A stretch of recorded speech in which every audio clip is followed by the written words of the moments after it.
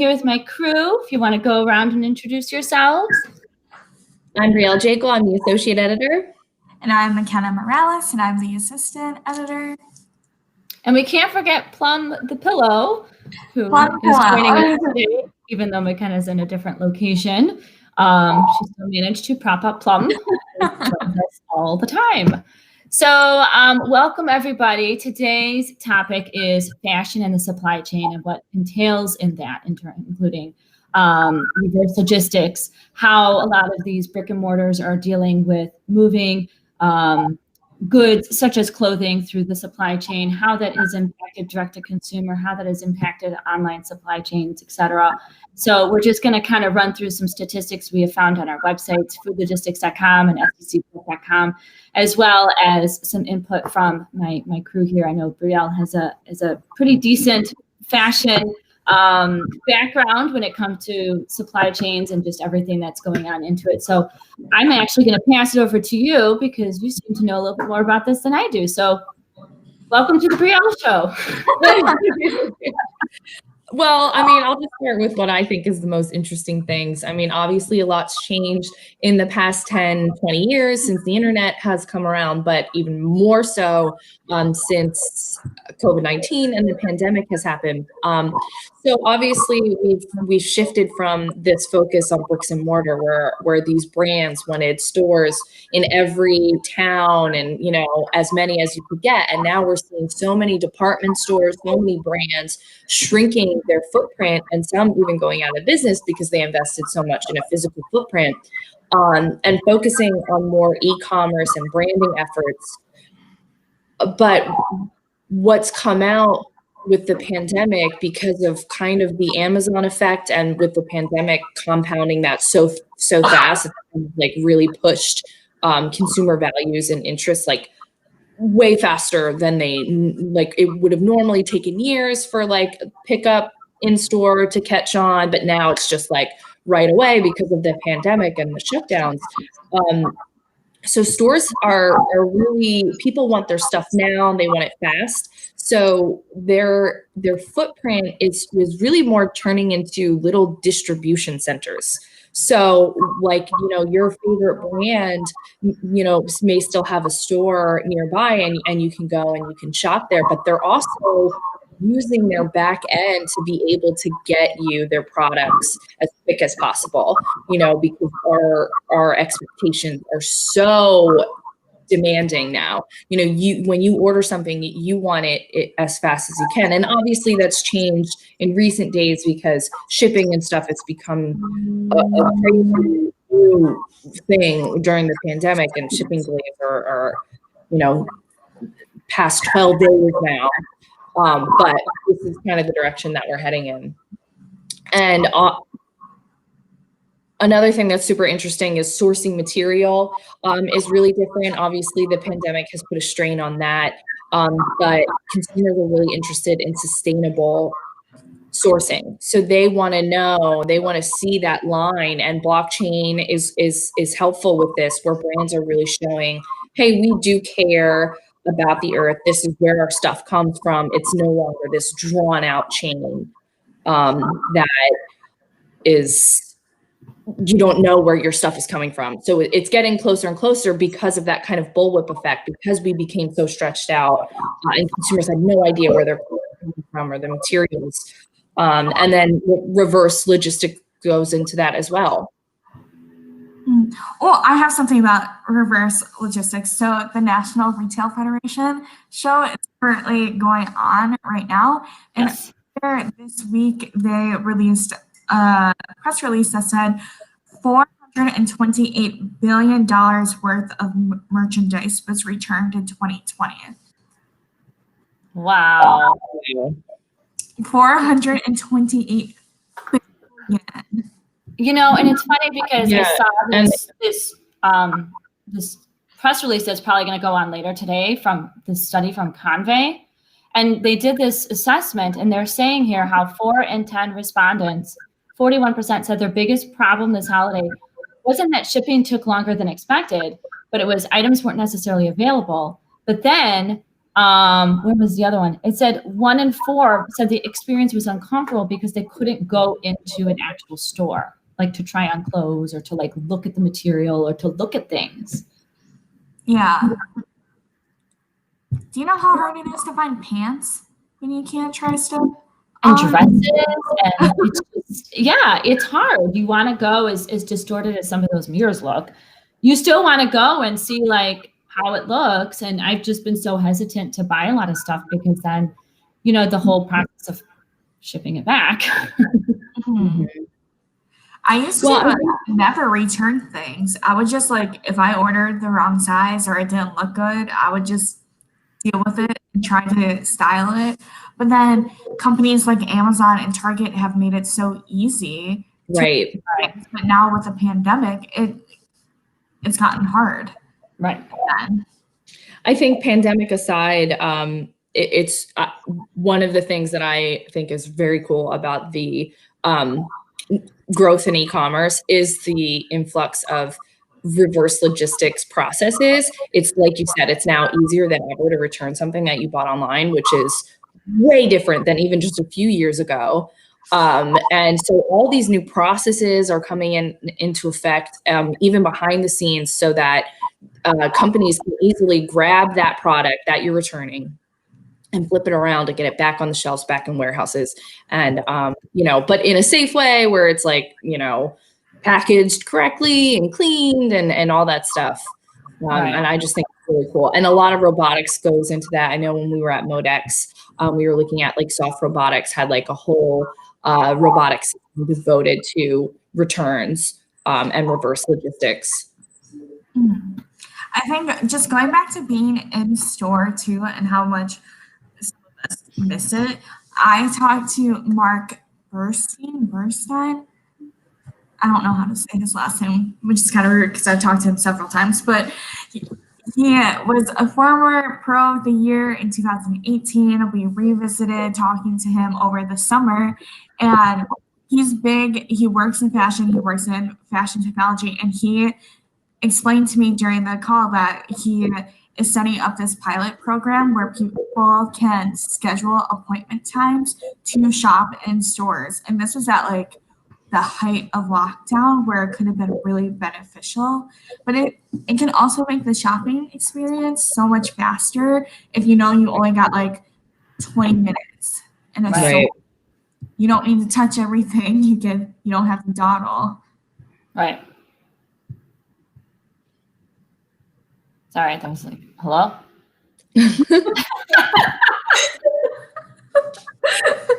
It was like cutting in and out on my end. I have no idea what's going on. Just another day on the job, you know, doing it remote. Oh my God, hilarious.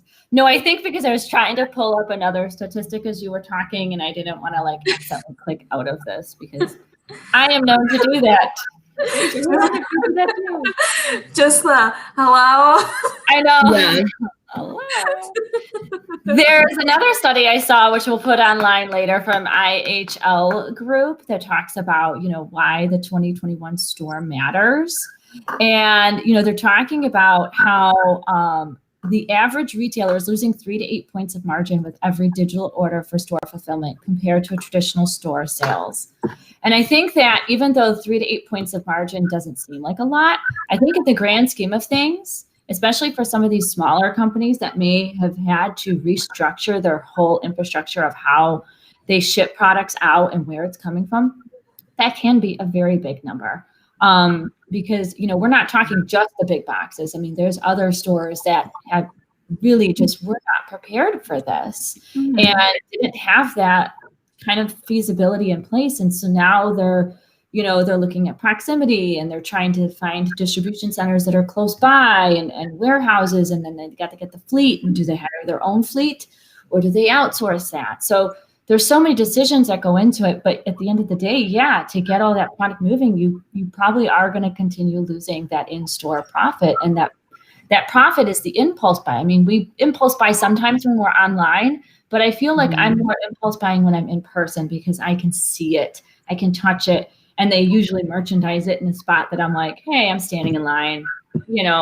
what's another pair of earrings? Like, what's another candy bar at that point? But it's just one of those where, they have to market differently. They have to merchandise it differently. I go a lot of these online stores and they're now pairing outfits together, and they're doing it where, you can buy the pants. And I'm so glad they're doing this because I've always wanted them to do this. But like, hey, I don't necessarily know what's in the pants. I want to know what that shirt is. And even though I'm in the pants section of the website, I want to know what that shirt is. So now they're pairing it like here. And so it's just totally different how they've had to do things. But I think if I had to make an appointment to go in and go shopping, I would personally probably feel like a celebrity. So I think some time. Just really quick, Daniel Stanton says hello. Hello, Daniel Stanton.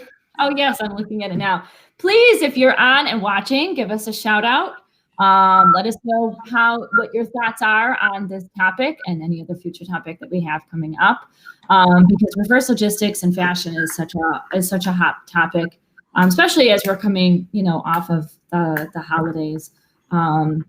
Anything else to add that we have not covered, or that I kind of I'm looking at the study again to see if there's anything else I can talk about. Oh, I thought you just meant like to the people. Oh, I'm sorry. It's just been one of those days. I do have something. That kind of goes back to what you were saying, Marina. But in the next episode of Unboxing the Last Mile that Brielle and I co-host, we talked to someone, and she explained that a lot of retail stores are becoming like micro fulfillment centers. And if you order something online, the store closest to you can fill the order if they have it in stock, right? Yeah. And that's interesting because then that forces these companies to kind of relook who they're doing business with and where it's coming from. And that goes into, a lot of it. I know we talk about site selection later on this year. If you're on our websites and can download our editorial calendars, but we do talk about site selection, and site selection kind of goes hand in hand with this, because if your company trying to build a distribution center, you want to make sure you're building it near other places that you can do business with. You don't want to go and build it out in the middle of nowhere and then have to create all these extra miles on your trucks and create all these different kinds of ways of doing business that add extra miles at the end of the day and stuff. So you want to build where there's people around you that you can effectively do it. Mm-hmm. And I wonder if that'll change like their packaging processes as well, because like if you order something from like Ulta or Sephora and it's really like the size of your palm, I don't need this giant box. Right. Well, and that does go back to your unboxing. And I know we've talked about it even with Brielle before when we've talked about sustainability and packaging. People are trying to, I think, package differently, knowing that. And it's not just a sustainability thing, it's just a space thing. Trucks need that extra space on the truck. So if you're putting big boxes and there's little bitty lip balms in them, let's try to all work together to make sure there's enough space for everybody. I get stuff in the mail like from Target and they have like all this extra stuff, and I'll pull it out and I'm like, okay, it's just the bag of dryer sheets or the box of dryer sheets I've been waiting for. So I mean, I guess it's to protect from the box being punctured, but at the end of the day, it's not like it's breakable or anything. But when you guys are doing Unboxing the Last Mile, which for those of you who have not seen the first episode, go to foodlogistics.com and stcexec.com because it's pretty interesting. And I know they have some upcoming episodes coming. But in doing that, what have you seen with packaging? I know you had the pet store one. Someone stepped on mine. Like when it got delivered, for this most recent episode that's going to come out in a few weeks, you'll hear me complain about the extremely long wait times all throughout the video. But then when I got the package, someone stepped on it. Like, on both sides, there was a giant footprint on it. So I'm wondering if that's because they were trying to fit it into the truck. I know. That's what I'm thinking. Like, it was definitely in a warehouse longer than it was on a truck. So whoever stepped on it. That's what I do. But that's what I do with the laundry in the washing machine. I just jam it in there and step on it so it all gets in. when there was a very visible footprint on it. It's very visible. You can see the grooves in the shoe. You can probably figure out what kind of shoe it was.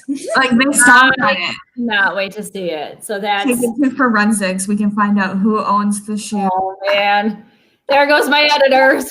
I'm on the sleuths. I just lost them. Daniel Stanton just commented, it's very hard to optimize packaging for e-commerce. And we are noticing that. That is a big deal. And we've seen it on the food too, because I know we've talked about this several times with these food service distributors who could no longer distribute food to schools that were closed. You know, they had to, in restaurants that closed down, they had to rethink. And part of that is rethinking the packaging. You know, some of them by us, they were sending food that, you know, couldn't be used in restaurants. They were sending it to the grocery store and to the food bank. But they still had to pre-package it into something else for it to be sellable and usable and according to all the CDC guidelines. So there's a lot that goes into the whole process of, you know, not just fashion. I know we're talking about fashion today, but like just that whole process of optimizing your supply chain for that direct-to-consumer world. And, you know, we talk about reverse logistics in fashion because that kind of took a big, I mean, Walmart, I think there was that study that went out that said that during the pandemic, their sales for shirts like skyrocketed because everybody was buying shirts to be on Zoom. And we all know we're just wearing sweatpants, you know? So it's just like, you know, they've had to rethink how they optimize things. You know, in terms of the future of this, you know, when things start to kind of open back up and whatever, Brielle, kind of what do you envision for how things will kind of return in terms of brick and mortar shopping? Well, a lot of processes are obviously going to say, I mean, the convenience of shopping at home and having something delivered the same day is not going to go away. I mean, once you've discovered that and how easy it is, you're going to want to keep using that. So from here on out, micro fulfillment centers will be a huge deal. In terms of packaging, we're a lot of, like we saw in unboxing, there's people are using just like what's around, like what they have available. But I think in the future, when I was working on the sustainable packaging feature on stce.com, I found that a lot of people were talking about naked packaging, which would be just like regular, wouldn't be excess packaging. It would just be like maybe the one tiny poly bag, you know, without another poly bag on top of it, for in terms of clothing specifically. So we might see that. And then, you know, if more people are working from home, you know, continuously, because a lot of companies are like, wow, well, we actually can do better working from home. And we have all this equipment in place where people can work from home. Then the, like what people are buying, the consumer trends, they're going to kind of stick with this shirts, no pants kind of, you know, sweat. Like I just bought a sweatsuit the other day. You know, it's just, you know, things like that will remain and continue to shape moving forward. Yeah, I do agree with that. I feel like, especially even in our world where trade shows haven't officially opened up yet, and may not until Q3, and even that is looking very slim and paring. So who knows what that's going to look like. I think we should just show up to the next trade show in what we wear on our live shows and be like, oh, remember that commercial? Oh, I thought this was a Zoom meeting. I wear my sweatpants and my slippers. I've been comfortable for a year and a half. We haven't gone outside. Yeah. I know, right? I don't know how to style myself anymore. I know. But I am looking forward to fashion becoming more visible, and I wanted to trickle down to the more affordable brands because I know that Ralph Lauren has QR codes that you can scan and see the traceability, but I want it to be for people that can afford it. Yeah, it's hard because, you know, the cheaper you the clothing is, the cheaper the manufacturing process is, which means Right. the cheaper it was to source it. And so, then the supply chain becomes really stretched out and it's harder to trace things. But I think it will trickle down as time goes on and consumers demand that more. Right. And it will help keep companies accountable too, because the fashion supply chain is still up there with the most that has that still utilizes slave labor, unfortunately, and being able to see within the supply chain, it'll help be more conscious, I guess, to be better. I mean, only recently did the fashion industry just stop burning excess clothes to avoid it going on the gray market. And there are some companies that still do it, and it's totally legal. They have an excess of clothes, and they, instead of just, giving it to proper channels or disposing of it correctly, they just burn it. Right. To avoid, it trickling down to the gray market. So speaking of that, like with the, import exports and manufacturing overseas and supplier sourcing overseas, obviously a lot of these fashion designers use manufacturing facilities overseas. What do we see with that going forward now that things are kind of shifting back and everybody wants more domestic manufactured items? I think it depends on whether the tariffs will continue on throughout this, especially with the new administration coming in. I wonder what the tariff situation will look like, and if it will be still cheaper to manufacture overseas, but at just different countries, or if they'll actually bring it home. Yeah.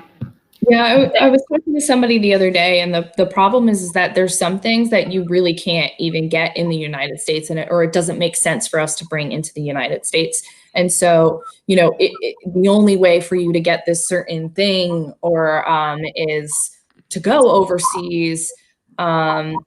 So it's gonna depend on the business and partnerships and the way the economy flows, because other countries' economies can flourish, and then it becomes more expensive. So it really, there's a lot that goes into it, but mostly it's like, where can you get this stuff, is where it's gonna rely on most. Right. No, it's interesting stuff. And as you were talking, I was kind of glancing at some of the topics we'll be covering on SDCE going forward in the year. And so we do cover a lot of those, and Brielle manages our cover stories for that. So please stay tuned and keep an eye out, because we still continue to plan to cover all these hot topics, regardless of where this pandemic goes, regardless of where the administration goes, regardless of what happens. So, foodlogistics.com, sdcexec.com. Also, we have some really cool stuff coming out this year, guys. We're introducing our blog posts. We have Processor's Palette, which is McKenna's baby. That's going to be on foodlogistics.com, where she interviews food processors to talk about their supply chain challenges. We have Unboxing the Last Mile. We have our Link podcast channel, which Brielle spearheads. And so make sure you download that. We have obviously Link Live, welcome, every Wednesday at 11 a.m. Central. And then we are streaming through Facebook, Twitter, and YouTube. And what am I forgetting? Unsung Heroes. Unsung Heroes. We have Unsung Heroes, which is something McKenna's also putting together, where we talk to, obviously, the unsung heroes of our industry to talk about their supply chain challenges and opportunities. We have our awards. So make sure you go to our website and check it all out. And we have print calendars, digital calendars, and tons of opportunity to collaborate, network, talk, interview, write a column. We have SCN Summit, which we are going to announce shortly. We're introducing and including the topics we'll be covering over the next couple of months. In June, we'll be launching State of the Supply Chain Week. So I'm very excited for that, for SCN Summit. So tons of things cooking, and we're very, very excited for everybody watching and listening to be a part of our journey. And thank you for everybody who continued to be a part of our journey, because we've been going through this all with you. So we appreciate it. So with that, thank you everybody for watching and joining. Make sure you go to our websites and reach out if you ever need us for anything. And thank you, ladies, as always, for your input and pretty smiles to make my day. So thank you, everybody. We'll see you next week, Wednesday at 11 a.m. Central. Bye.